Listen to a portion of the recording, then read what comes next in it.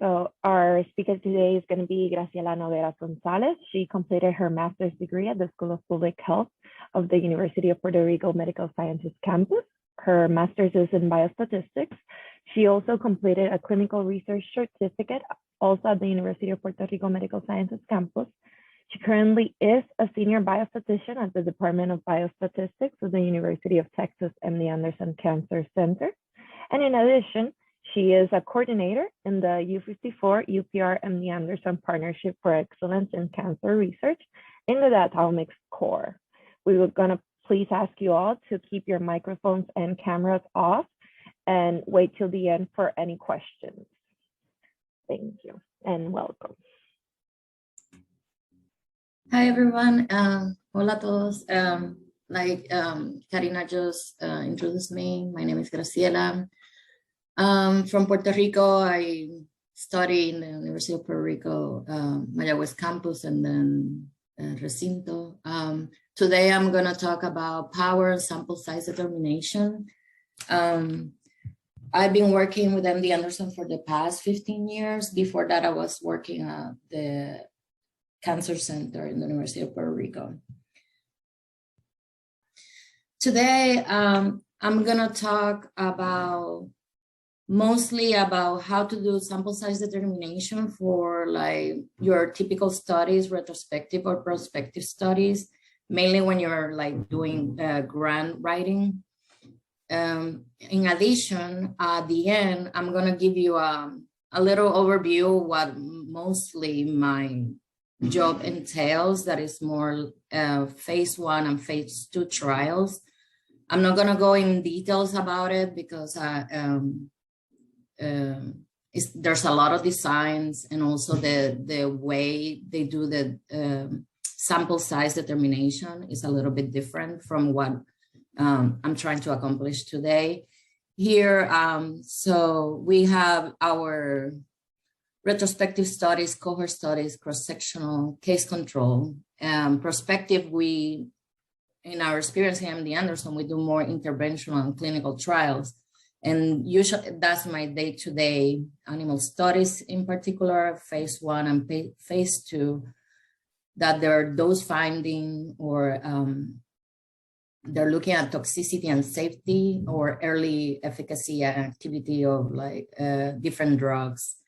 These are several of the designs that I use all the time: 3+3 design, accelerated 3+3, toxicity probability intervals, Bayesian optimal intervals, CRM, Simon's two-stage, the method of Peter Thal, Bayesian optimal phase 2, and one arm time to event trial. That is also Peter Thal's design. Here's some reference. I will share these slides later, so if you want to look more into it. There's also phase 3 and phase 4. I barely done any phase 3. These are more randomized studies to continue to look at efficacy and safety. I have never worked with phase 4s. These are more surveillance, rare event, adverse events like side effects after the drugs being in the market, and its mainly purpose is for marketing. So when someone comes to me and wants to know like how many patients they need or how many animals they need for a study, the first things that I ask are, what is your study question? What is your hypothesis? What do you want to say at the end of the study? This is really important because that's the way you should get your data.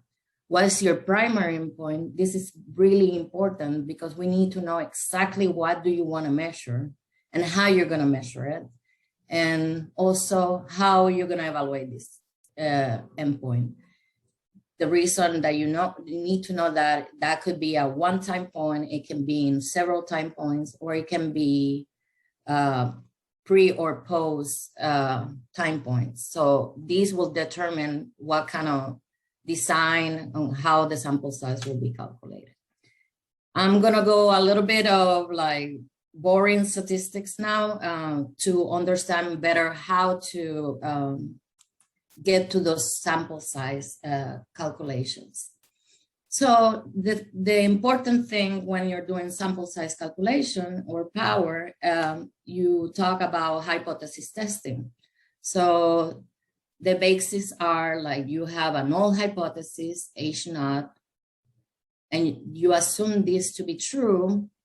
You have an alternative hypothesis, HA or H1, and you need evidence to support this. This is usually what you're trying to achieve, but we are testing the null. So an example is like H naught, the mean of your trial is equal to the mean of like the standard population versus the mean is not equal. So then to better look at this is like a 2x2 table. So you have the truth and you make a decision about it. So you either, so if the null hypothesis is true, you can accept it, or if the null is true, you can reject it, or if the alternative is true, you can accept it, or these are your 4 decisions that you can make. I'm gonna go more in details about this. So type 1 error is that when you null is true and you reject it. So this is your type 1 error or false positive rate or your alpha. So I know that a lot of you have heard like, oh, alpha of 0.05, that's your significant level. So that's the probability of the type 1 error. That's this here. So if you do not reject H naught, then you make the right decision. For example, if you're trying to again look at the mean of your trial is equal to some parameter in the population, let's say BMI. So you want to know if the BMI is equal to 30, or if the BMI is not equal to 30. If the alpha at the end of the study in your data analysis is less than 0.05, you reject the null. And if it's greater than 0.05, you don't reject the null. The 0.05 is like the rule of thumb. I know Perici is listening, and there's other alpha levels that people look, and there's a lot of going on with that, but this is what usually you hear in studies. Then there's your type 2 error or power. This is related. So this is when you fail to reject the null when the null is false. So you found some significant a statistical significant variable, but in reality is false. So this is your beta. So it's the probability of the type 2 error. And the rule of thumb is you want that to be 20. And then this will be here in the false type 2 error, false negative rate or beta.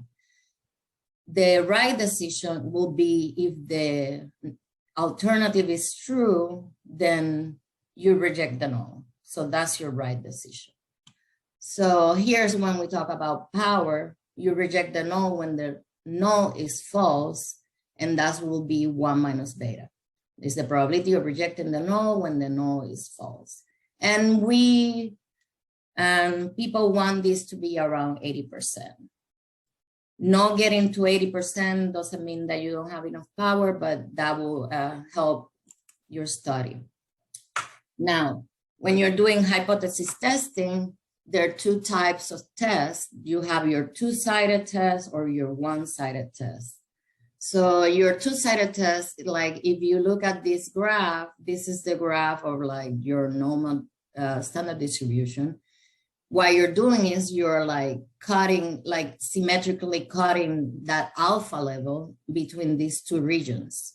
So you're looking at the hypothesis of like, it could be greater or it can be smaller or greater. When you're doing 1-sided test, you're looking at one side of the distribution, either the left or the right. one-sided tests have more power, but when to use them, there's controversy there, because if you decide that you want to have more power and use this, but then you don't find any significance, people tend to like go fishing and say, oh, then let me do a two-sided test. It's better, in my opinion, to stick to, if you're not sure what direction you think your data will go, it's better to have a two-sided test and see both sides, and maybe lowering your, increasing your sample size to have enough data to find like if there is a significance, to find a significance. So, but you have the alternative to do either one. Now, there's your p-values. The p-value is the probability under the null obtaining a test statistic as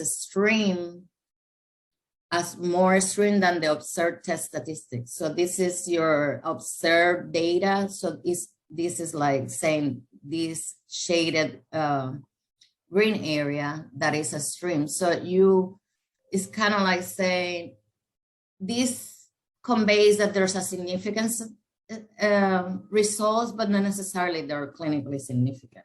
So sometimes when you're doing analysis, you're like looking at all the data that you find, that you collected, and then all of a sudden something that you didn't think it was significant, but it was not necessarily clinically significant. So you don't need necessarily, when you're moving forward with the analysis, to maybe do a multivariate analysis, to include it in the analysis, because like things have to go in certain direction. So just because the statistics are saying this, that doesn't mean that is entirely true, because if it doesn't make sense, it doesn't make sense.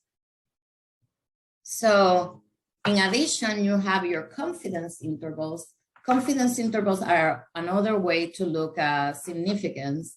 And you are like here in this graph, you can see this is the mean is 50, the standard deviation is 10 when you have 30 patients. This is important because when you increase the sample size, you have better point estimates of the data. So it's important too, when there's some trials like feasibility studies that you can use, that you're just estimating, is there is there a feasibility in the study? You can use confidence intervals just to power the analysis.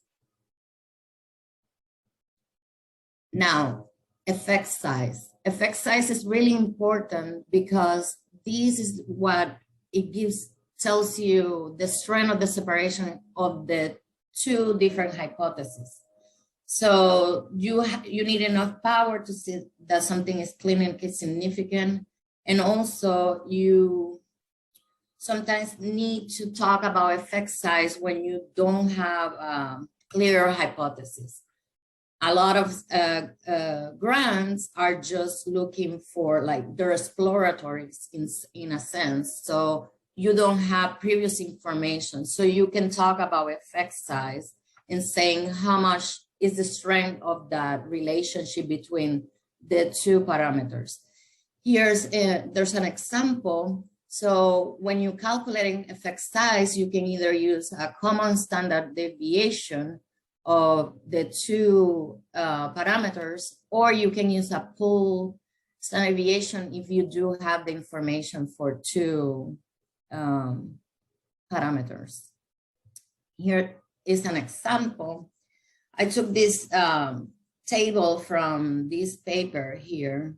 They talk about BMI, and they have the mean and a standard deviation for non-Hispanic whites. And the reason I took this is because they have the Puerto Rican data, and also they have the mean and standard deviation. Let's say you want to do a study about BMI in the University of Puerto Rico.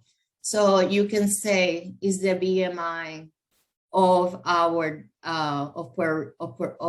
hospital 26, like let's say the USA estimates. So this will be your hypothesis. You can calculate, because we have these two standard deviation, you can calculate the pool standard deviation. So later on, I'm going to show you how to do this in one of the softwares that I use. So here I use the population that this table had, this population here. And then I use the standard deviation to calculate that common standard deviation or pool in this case. And then I go to my software and I use if the Puerto Rico BMI equal to the non-Hispanic whites with that standard deviation, and then we'll calculate that effect size. And I said, well, I want the power to be 80, how much sample size I need.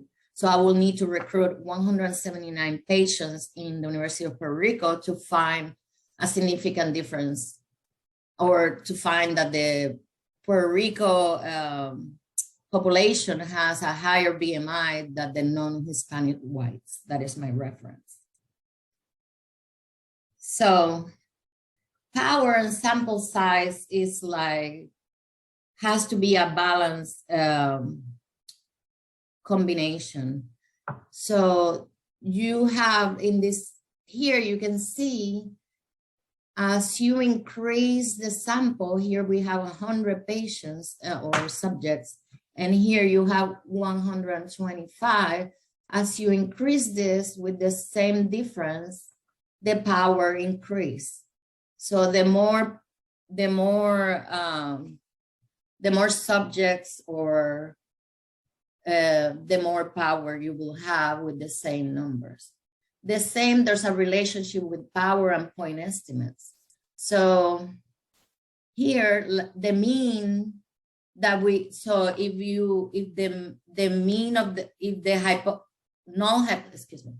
null hypothesis and the alternative hypothesis, if the means or the proportion or whatever you're measuring is too narrow, then you don't have enough power with the same sample.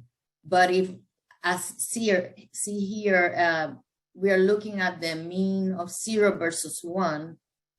So then you have 17% power. As you increase the mean of 2.8 to look at a more wider alternative hypothesis, then your power increases to 70%. So all these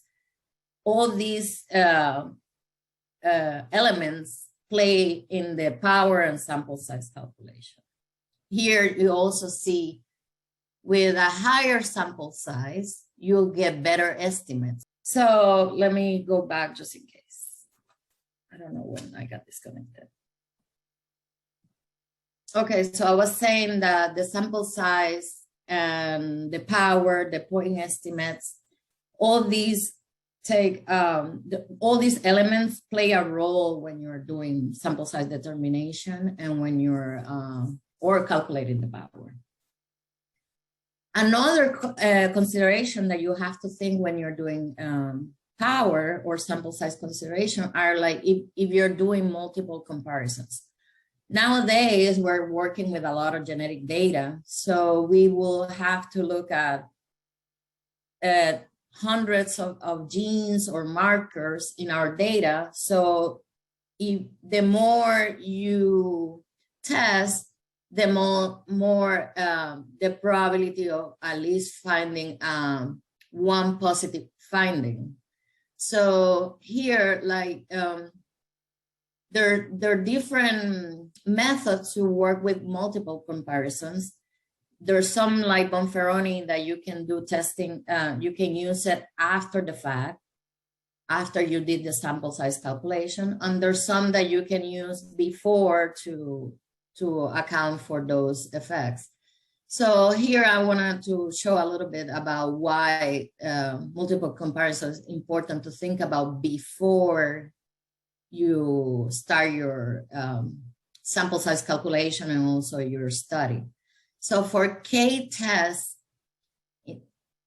the more K-tests that you do increases the chance of false positive results. Using this the probability of at least one false positive finding, you can calculate it like this. So this is 1 minus alpha, or the p-value that you're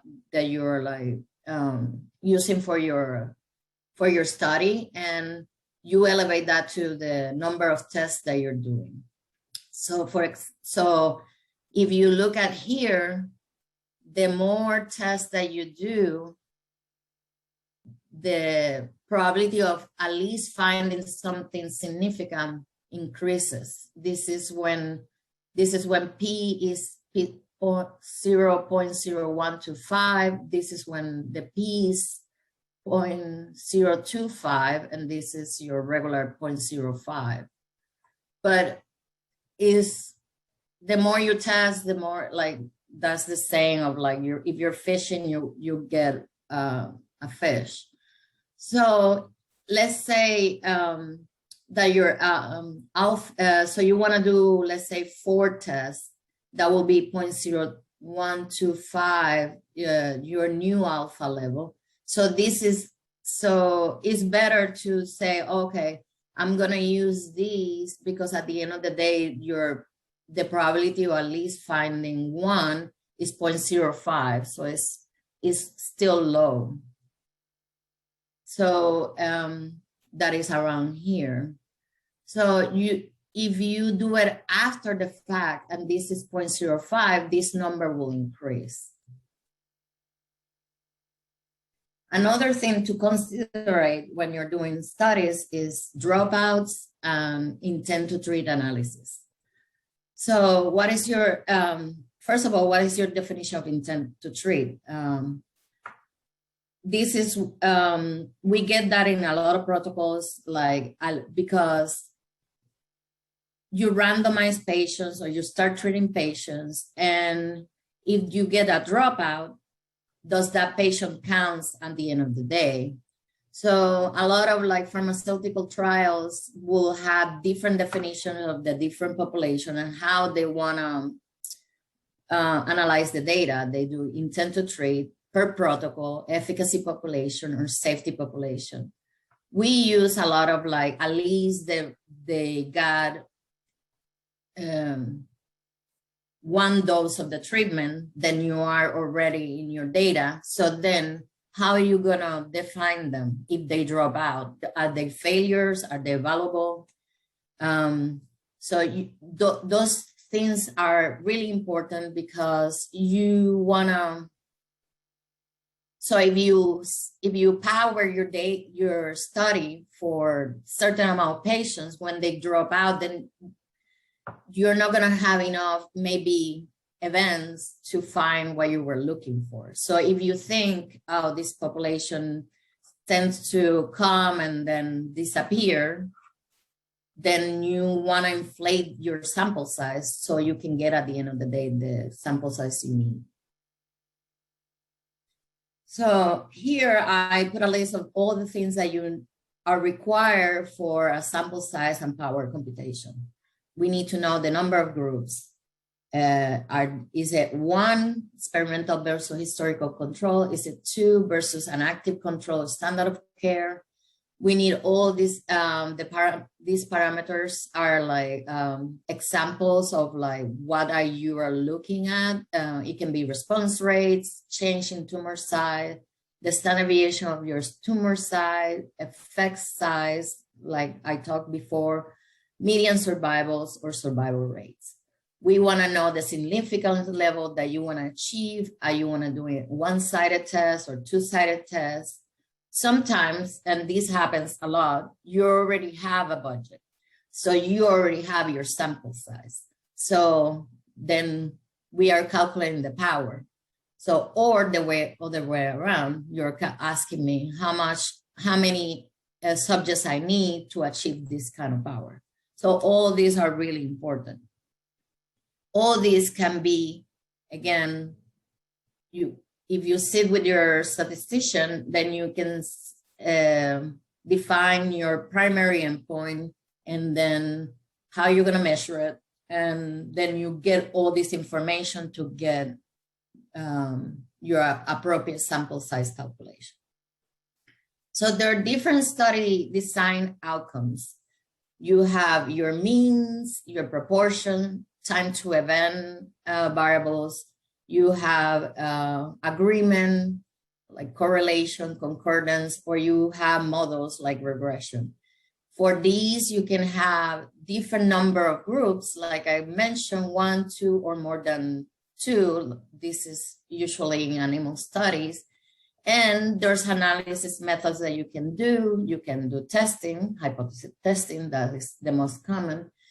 You can do a confidence interval. That's why I mentioned them before, because you can use them for feasibility studies or prevalence studies that you just want to characterize some population. Or you have equivalence methods. That is, these studies are like saying this drug is not better than the other drug, but these are really uncommon because these studies need a lot of sample size to be able to achieve that two things are not equal. So changing gears, now more interesting. So I use different software depending on the question and what I'm doing to calculate sample size. The most common that I use is Inquiry. This is kind of like what I was showing you, the different designs, goal, outcomes, number of groups, and analysis method. That's how I did the table before. So this is kind of like how you see that, like the window that you get when you get this software is called Inquiry. I'm sorry about this. Second that I use is called Ease. This is kind of like what you get when you open it. These softwares are really expensive. So, but I'm gonna show you other softwares that are free or easy to download or websites that you can use. These I use for when I'm doing interim analysis. This gives you good boundaries. So if you want to stop a trial in the middle of check, like when you recruited half of your population and you want to check, should we stop because this is not working? This is the software I use. PAS is good when you're doing two-stage design because we use a lot of Simon's two-stage, but some two-stage only have different like minimax or optimal. In this software, it will give you more alternatives about all types of two-stage designs. That's why we use it a lot. We have Stata. I don't use it because I have the other softwares, but Stata, the new Stata has this nice platform. And I recommend it because, first of all, I'm a Stata user. 2, you can have the best of two worlds. You can analyze your data, also do power analysis, and Stata has great graphs too. So you can go through the menu and you can see power, precision, and sample size. If you click this, you get this window. And the cool thing about it is that you can find what you're looking for by population parameter, outcome, hypothesis test that you want to do, confidence interval, or the type of sample. Also, you can go through the command line, and these are the steps to do it. You just write help power, and this is how you do it if you were going to use the command line.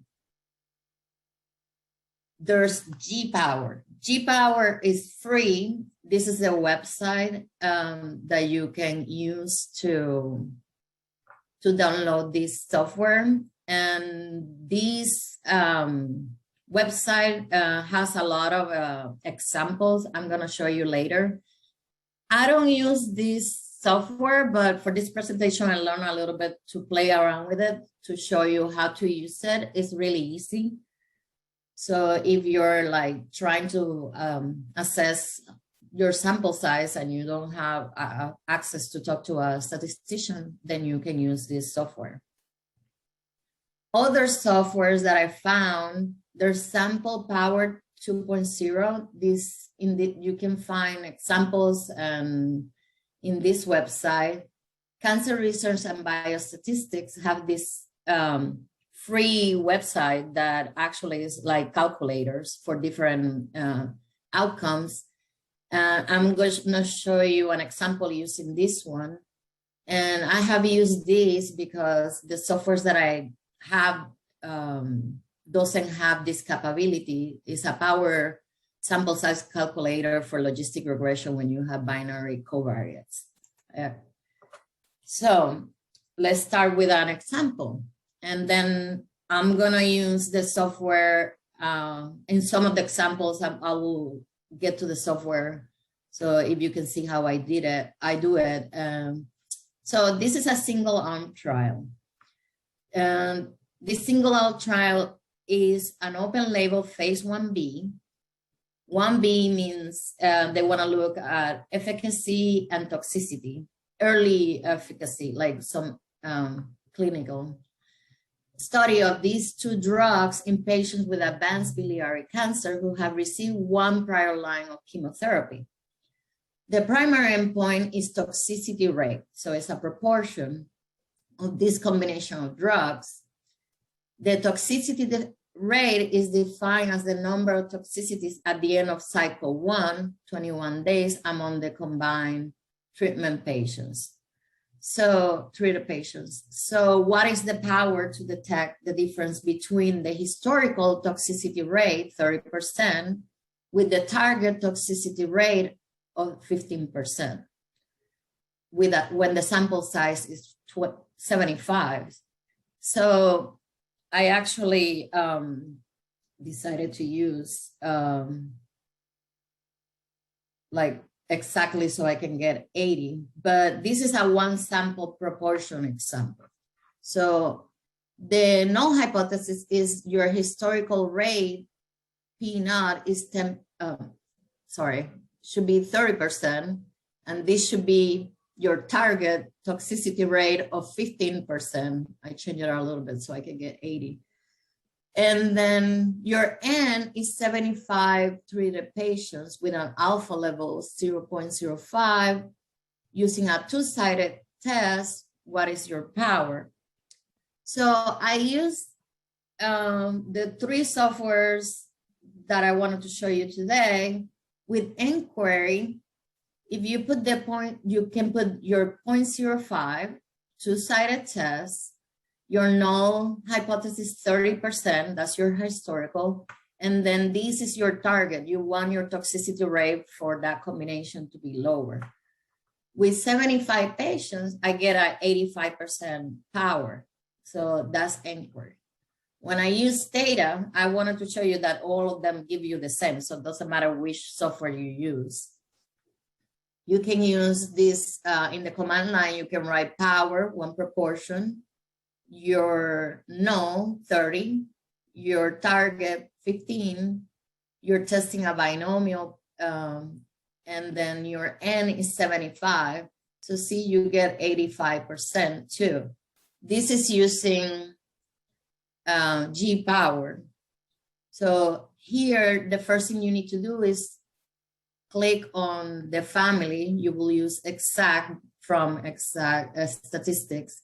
Then you will want to click on the proportional difference from constant. And then here you want to calculate the alpha and power. So to determine this, you can click this determine and put the proportions on the side here, P1 and P2, and then calculate these and transfer it to this main window at the total sample size, and it will calculate the power. So conclusion, you can download G power to do the same things that you do with this fancy one that it costs a lot of money, or with Stata. So all of them will give you the same. G power has some limitations because it doesn't have all the alternatives that other, but for main means proportions, you will have this software works. This is another example. So this is a prospective cohort study it has three objectives: to determine the prevalence of a non-alcoholic fatty liver disease at baseline among colorectal cancer patients before anti-cancer treatment at MD Anderson, to identify these patients during anti-cancer therapy among colorectal cancer, and to determine the predictors of recurrence and survival. So this is kind of like your typical study. You get several objectives to submit a study for approval. We usually concentrate on the primary objective, but you get something like this. So in this case, we concentrate on the primary, that is the prevalence. We don't need to calculate the power unless you do want to find, but because this is exploratory, you don't have to power for the other ones. This is a simple study. I wanted to put it in perspective because this is a simple study that they're not doing hypothesis testing, and they're actually using a confidence interval for a proportion. So in inquiry here, you can put, this is your confidence interval to calculate the prevalence at the end of the trial with a two-sided interval. And then what we do is like, well, we don't know what the prevalence will be. So these are different alternatives of how it could, the potential prevalence that we can find, and to see how good an estimate we will have at the end of the trial. So we decided to use 500 patients to get a small distance from the proportion to the limit, meaning how good that expected proportion will be at the end of the day.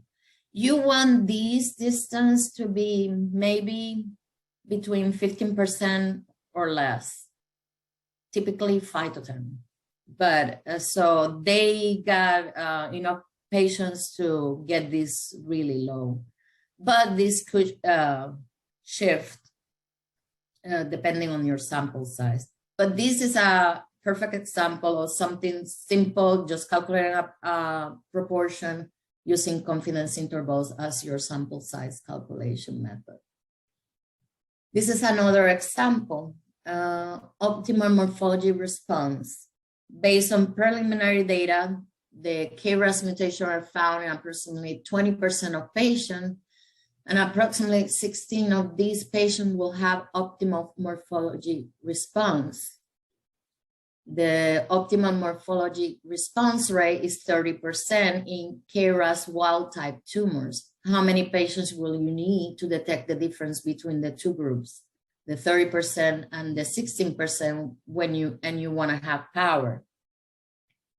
Here is two groups. So I use, again, the three softwares to do the same calculation using a two-group chi-square test for equal proportions. So in inquiry, I will add my 0.05, the alpha, the two-sided test, 16 and 30% are my two proportions that I want to test. This will calculate an odds ratio, and you can look at it, see if it makes sense to you, and I'm going to put 80. So then the software will calculate these. In this example, I didn't say that, of course, well, if you read back, not everyone has KRAS mutations, so you will have to assume different proportions per group. So we said that the ratio was about 4, so this is why we had different ends for each group.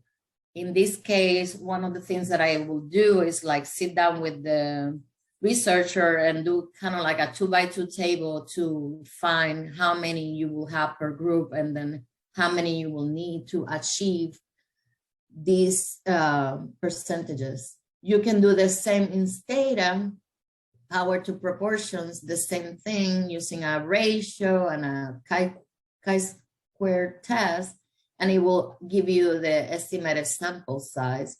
And it's about the same, 458, 460, 92, 368, 366. Here in G power, the test family is Z test, the proportions, difference between two independent proportions, and then you want to calculate the sample size. Again, I click that I wanted to use a continuity correction somewhere around here. Oh, in the options, I click that I wanted to use so it can match these numbers. So this is the window you will get. Then you click OK, and then you go back here. I put the proportions, the alpha, the power, the allocation of the sample size, and you get these the sample size, and it looked similar to the others. For this study, they actually thought, well, when we recruit the patients, maybe we don't have adequate, we will not have enough sample or tumor tissue. So they decided to enroll more patients because they thought that they will not have enough tissues at the end of the day. So this is one of the samples of like things that you have to consider when you do the sample size calculation. You keep the sample size like this because this is what you want to test at the end of the day, but you inflate later to actually get to the sample size. This is another example. This is a grant example that I work with leukemia. They wanted to look at difference in expression on immune ligands on AML blasts on bone marrow and peripheral blood from patients with specific subtypes. There were 7 subtypes. So they wanted to look at these blood tests for 140 AML patients, 20 patients per group, and with a control group of 20 patients. This is an example of like, we can only recruit 20 patients per group because this is our budget for the grant. So what will be my power? So here we actually calculated effect size. We calculated the power using effect size. So we decided to use 0.91 to get 80% power. This is kind of no super good statistics because this is like, well, we don't have any information. The other thing is like, well, there were seven groups. Why didn't you take account for multiple testing? So in our writing, we only power for like control versus any of the groups. That's why we did a 2 mean power calculation. But we wrote that at the end of the day, we were gonna do different Bonferroni or other methods to actually account for the multiple testing at the end of the day. And like you see here, you can use a t-test family with means difference in means for 2 independent means, putting all the same information in any of these softwares, you get the same power. For a 2-sample t-test with an interim look. So let's get out of this presentation and show you a web. So this is a 2-sample t-test with an interim look. They were trying to look at the difference between these scores between pre and post, and they wanted to see if there was a 3.0 difference. They needed to recruit 358 patients, 179 per arm, and they accounted for 20% of dropouts by month 3. So they needed to actually inflate the 179 per arm, 200 to 215 patients per arm for a total of 430 patients to have that 80% power. So I already calculated, but I wanted to show you why I use ease to do the interim analysis. So what I was going to show you is that with the interim analysis look, you can look for superiority, meaning one is better than the other, or for futility, that is like, is not working. So you can like look halfway when you have 150 evaluable patients at the 3-month mark to see if you decide to stop. We do that a lot in our institution because we are working with a lot of toxicity studies, so we don't want to kill patients, right? So the software actually will give you something like this. You find you decide, I'm going to use this boundary family for the efficacy and futility, the spending functions, and these parameters.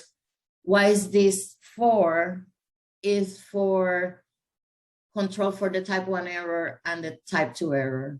You said you're going to look at when 42% of the patients are recruited, and then you can look at this graph and then say, well, when you have 150 patients, this will be your new p-value to reject for efficacy, or reject the null or reject the alternatives. So either it's not working, or we need to stop because the other one is already, we know is better than the other. Also, there's a pair t-test that you can do. This is when you're looking at pre and post. This is an example of doing power analysis based on a secondary objective. So you look at the mean and a standard deviation, and using this data, you can calculate the power. In this case, they had a really low power. I'm having issues. So for something, oh, okay, sorry. In this case, they wanted to power for the second objective, but the study had, I think these are not in the correct order. I apologize. Sorry. Okay, this was a 2-sample calculation. The aim 1 was to estimate the prevalence, and the aim 2 was to evaluate if there was a difference between baseline to 4 months. Because I wanted to show this example because sometimes you want to power for 2 of the aims of the study.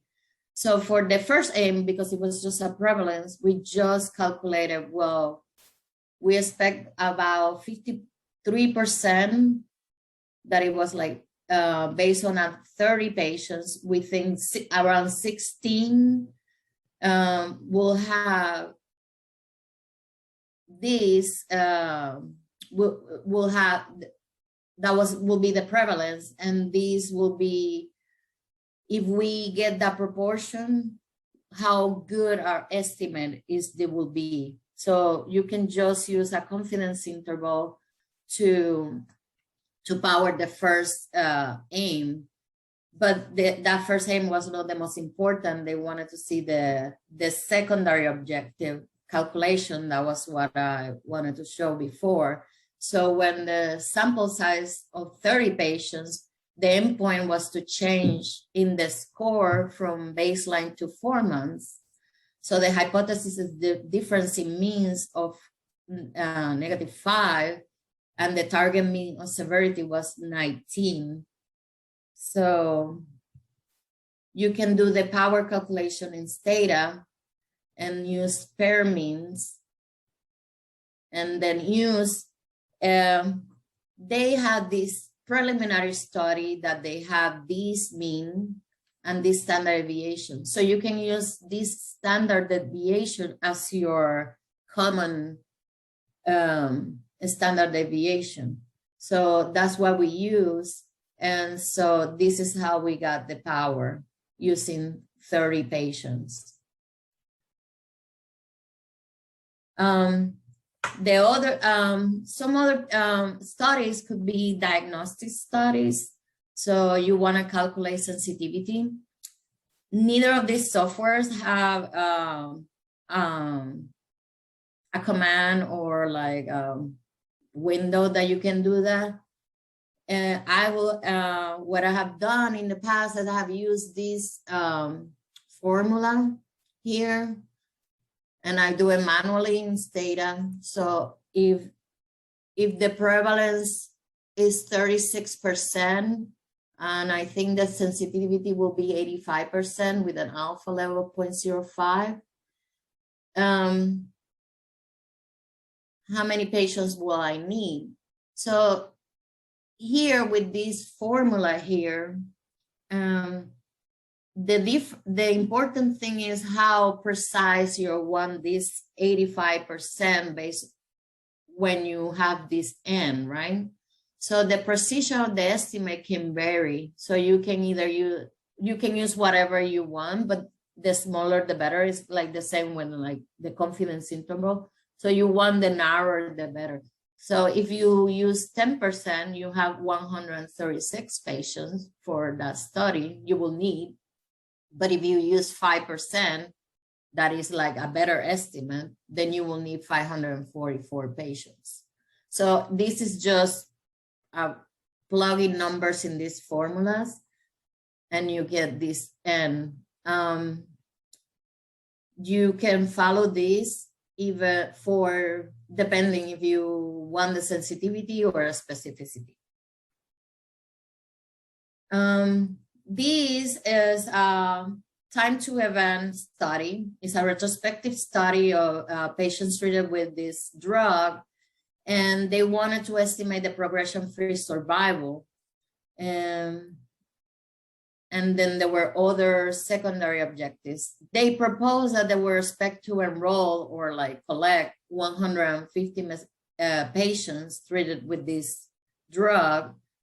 So in this case, this is the website that I told you that is Cancer Research and Biostatistics. This is one of their calculators, so you can use the one-arm survival. You can say, I want to calculate the power, one-sided, median. You put the accrual. So for time to events, they usually ask you how much you're going to follow them up or how long it will take you to accrue, the alpha, your null and alternative, and then it will tell you the power based on this sample size. So you just click calculate. This website has one sample, two sample means, proportions, survival. So this is another website if you don't want to download G-Power. This other trial that I actually read yesterday, they were doing a randomized clinical trial with three arms. And the primary efficacy endpoint was this radiographic progression-free survival. But instead of like comparing the three arms, they just wanted to compare each the experimental treatments to the standard of care. So the third arm was the standard of care. So they had two different power analyses. They assumed that the treatment A versus standard of care had a hazard ratio of 0.55. So the target median was 10.9 and the standard of care was 6 months. And they had, because this actually was the secondary objective of this trial, they had a really big alpha level. Instead of 0.05, they had 0.2 or 20%. And then for the second arm, they had a 20% also two-sided alpha with a 0.62 hazard ratio. So they needed 58 patients per arm to get these numbers. So these are other ways to do sample size, and they were willing to have a really high alpha for this trial. So going back to the beginning, I show you different examples of how to do retrospective and prospective with different outcomes, like means, proportions, or time to event. Now I wanted to show you a little bit, hopefully I'm not boring you too much, about what I do most of the day and here, because I work a lot with the leukemia department, so they do a lot of phase 1 and phase 2 trials. So I wanted to show you that for these, actually, I don't need all these fancy softwares that you have to pay a lot of money. We do have fancy softwares that you don't have to pay money. Under these trialdesign.org or in our website for our department, there's free software that you can download. These are the two links. In this clinical trial website, actually it's pretty neat because you click on phase 1, phase 2, whatever phase you're doing, and you have like the most recent methods, Boehm, CRM, MTPI, all these are Bayesian, but Simon's two-stage, the two-stage design. Also, you have Peter thought, all of them. So here too, you can click on what phase are you looking at. Is it time to event? And then you can download the website, the software. So for the single arm phase 1 designs, these are the most common use, and it's kind of sad because we use a lot of 3+3 design. Was 3+3. Your standard 3+3 means we will look at 3 patients in a trial. Let's say we start, we have different, so these are for dose finding, and the endpoint is toxicity or MTD, the maximum tolerated dose for those patients. So you enter 3 patients on dose level 1, and if you don't have any toxicities in those 3 patients, then you increase your dose, and then you look at 3 more patients. So these are the rules when you're evaluating the patients. So if you have 1 out of 3 patients with a DLT, dose-limited toxicity, means the definition of toxicity for your trial, then you treat 3 more. And then if you have 2 or more, then you de-escalate. The reason that I say sad, because the 3+3 doesn't have good operating characteristics. And that's why there's other people in our department and other places that I have worked with other more advanced methods that have better, at the end of the day, you make a decision with better estimates. So here, the MTD or the maximum tolerated dose will be the dose that have only 1 out of 6 patients. So you, every dose will have to go to 6 patients to actually nominate that dose as your dose to find, that you found. There's the MTPI that people like it because they can give the nurse or the coordinator this nice graph that says, oh, this is the first patient. Did you have a toxicity? No. You can escalate to the next higher dose. So they can follow this nice Excel table, and then they can look at as many as patients and then toxicities, and they just have to follow these. It's super easy to understand. There's also single arm phase 2 trials with binary outcomes. I mentioned before the method of Peter Thal, Simon, and Esty. Peter works with us at our department. These I use like almost every day. So this is a Bayesian method that look again on a trial, but the phase 2 is more of like about preliminary efficacy endpoints, usually complete response rates, and but we wanna, because usually phase 1s you don't look at many patients, so you wanna also check on toxicity, because you don't wanna treat too many patients if the drug is too toxic. So this is like fancy stopping rules, that if the probability of the drug is less than this is your target, is greater than this, you will stop. So forget about that. We create these tables for the physicians to follow. So this is the number of patients evaluated, and then you will stop the trial if you don't have any response in the first 4 patients that you treated. 2, you will stop the trial either way if you have 2 to 4 patients had a toxicity.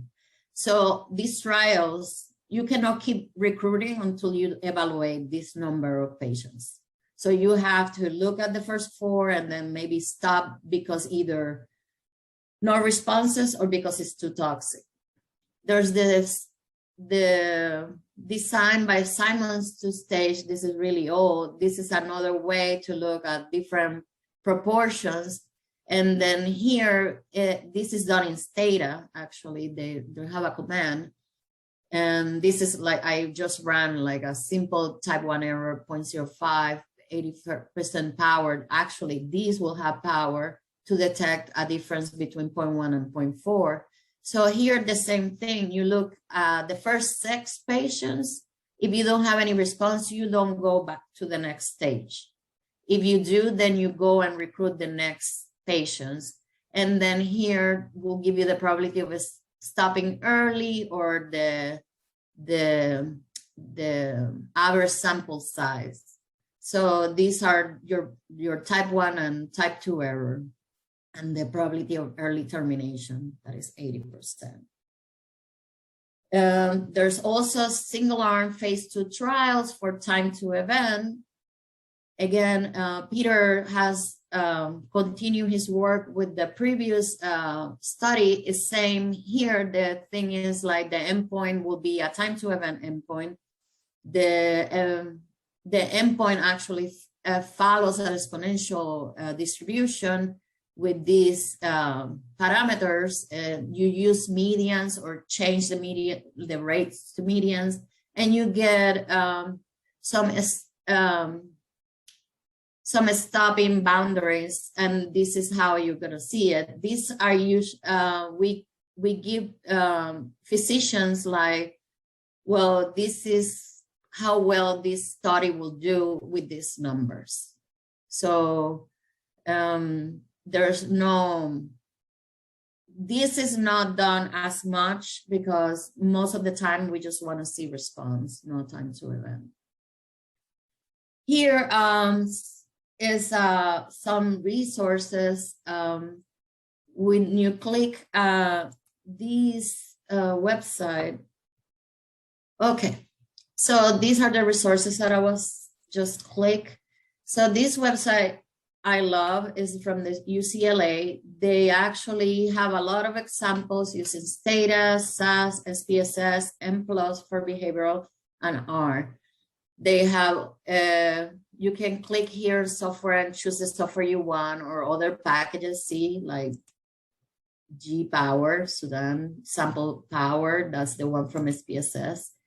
And then if you scroll down, you have like how to do a single sample t-test using Stata. So you click here and it will give you a complete example of how to do it in Stata, but using the command line.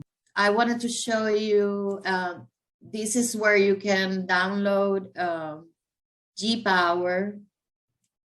The website from UCLA also have G-Power, how to download it, how to do examples. And in this one, you do have a way to look at how to navigate through the windows of the software. and it's pretty good for those who want to do their own sample size. There's Sample Power that is available through SPSS with examples.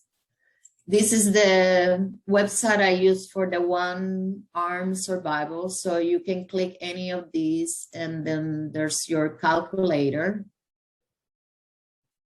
You just click if you want to calculate sample size or power. It's free. There's this one that I mentioned at the beginning that I have used once to calculate the power of a calculation of logistic regression with a binary covariates.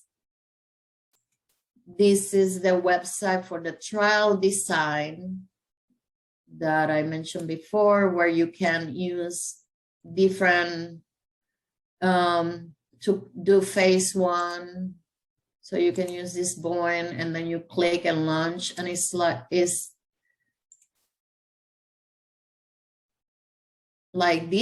design. You can just put the trial settings here, how you want it.